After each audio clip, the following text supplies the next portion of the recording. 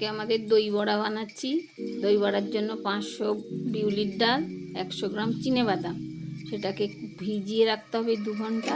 2 ঘন্টা ভেজানোর পরে সেটাকে মিক্সিতে বা শিলে বেটে পেস্ট করতে হবে।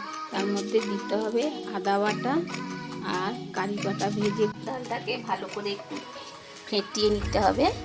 ফেটিয়ে নেওয়ার পরে বড়াটা ভাজতে হবে। দই বড়াটা এবারে ছাড়ছি আস্তে করে। ছেড়েছি, একটু লাল লাল করে ভাজা হয়ে যাওয়ার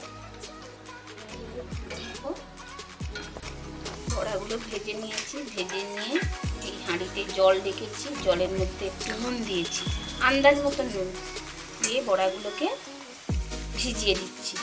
মিনিট 10 ভিজে গেলে সেগুলোকে তুলে দইয়ের মধ্যে ফেলে দেবো।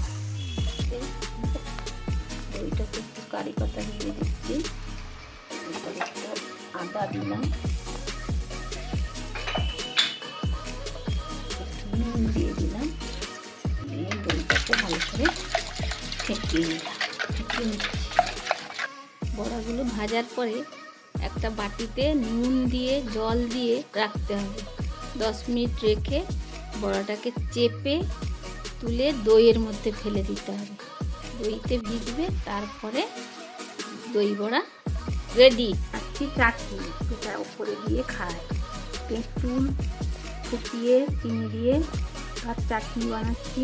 তার মধ্যে দিচ্ছি শুকনো লঙ্কা গুঁড়ো, জিরে ভাজা গুঁড়ো দিয়ে চাটনিটা তৈরি করি। তেঁতুলের চাটনিটা হয়ে গেছে, এইরকমই হবে, বেশি মোটা নয় বেশি পাতলা নয়। দই দিয়ে বড়াটা ভিজিয়ে রেখেছিলাম, এবার পরিবেশন করবো। দই